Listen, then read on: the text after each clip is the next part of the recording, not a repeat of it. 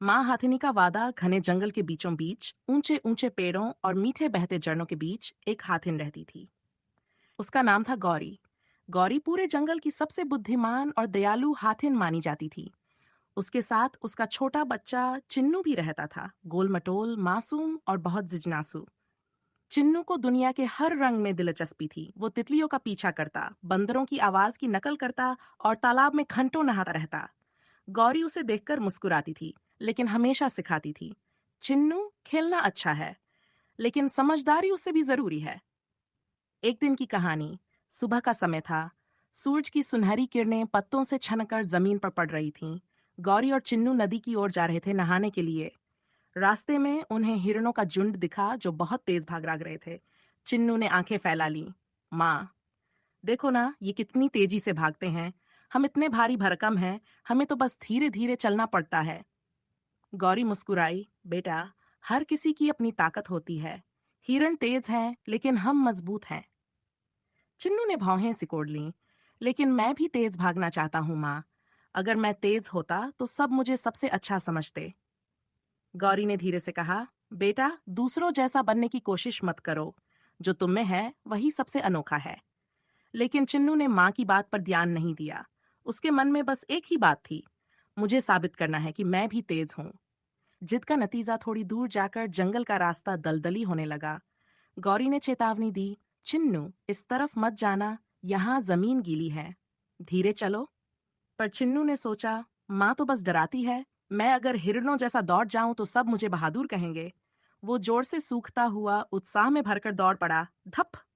अगले ही पल उसके पैर कीचड़ में धंस गए। चिन्नू ने छटपटाना शुरू किया। माँ, मैं फंस गया, मुझे बाहर निकालो। उसकी आवाज डर से कांप रही थी। गौरी ने जैसे ही यह सुना, वह पूरी ताकत से दौड़ी। जमीन कांपने लगी, पत्ते झड़ने लगे। वह चिल्लाई, घबराओ मत चिन्नू, मैं आ रही हूं। वह उसके पास पहुंची और अपने मजबूत सूंड से चिन्नू का शरीर पकड़ लिया। धीरे धीरे पूरी ताकत लगाकर उसने अपने बच्चे को बाहर खींच लिया। चिन्नू कांप रहा था, पूरे शरीर पर कीचड़ लगा था। गौरी ने अपने सूंड से उसका चेहरा साफ किया और कहा, मैंने कहा था ना बेटा, हर रास्ता तुम्हारे लिए नहीं बना होता। सीख का पल थोड़ी देर बाद दोनों एक बड़े पेड़ के नीचे बैठ गए।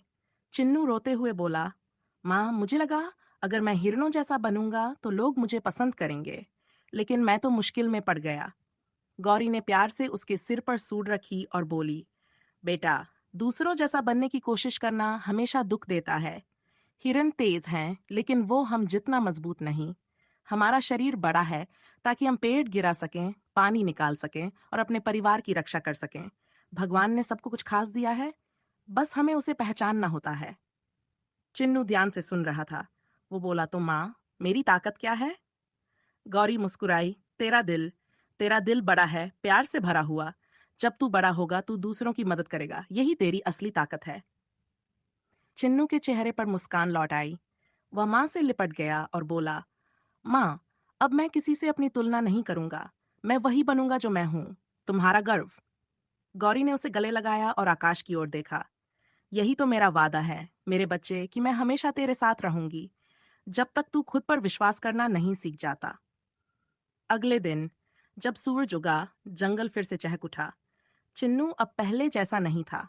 वो अब सोच समझकर चलता, दूसरों की मदद करता और अपनी माँ की बात मानता। एक बार नदी में एक छोटा कछुआ फंस गया था। बाकी जानवर बस देख रहे थे, लेकिन चिन्नू ने अपनी सूंड बढ़ाई और कछुए को बाहर निकाल लिया। गौरी दूर से देख रही थी। उसकी आंखों में गर्व के आंसू थे। मेरा बच्चा अब सच में बड़ा हो गया है, उसने मन ही मन कहा। कहानी का संदेश। दूसरों से तुलना मत करो। हर जीव में कोई न कोई विशेषता होती है। कभी कभी हमारी सबसे बड़ी ताकत हमारी समझ, हमारा धैर्य और हमारा प्यार होता है।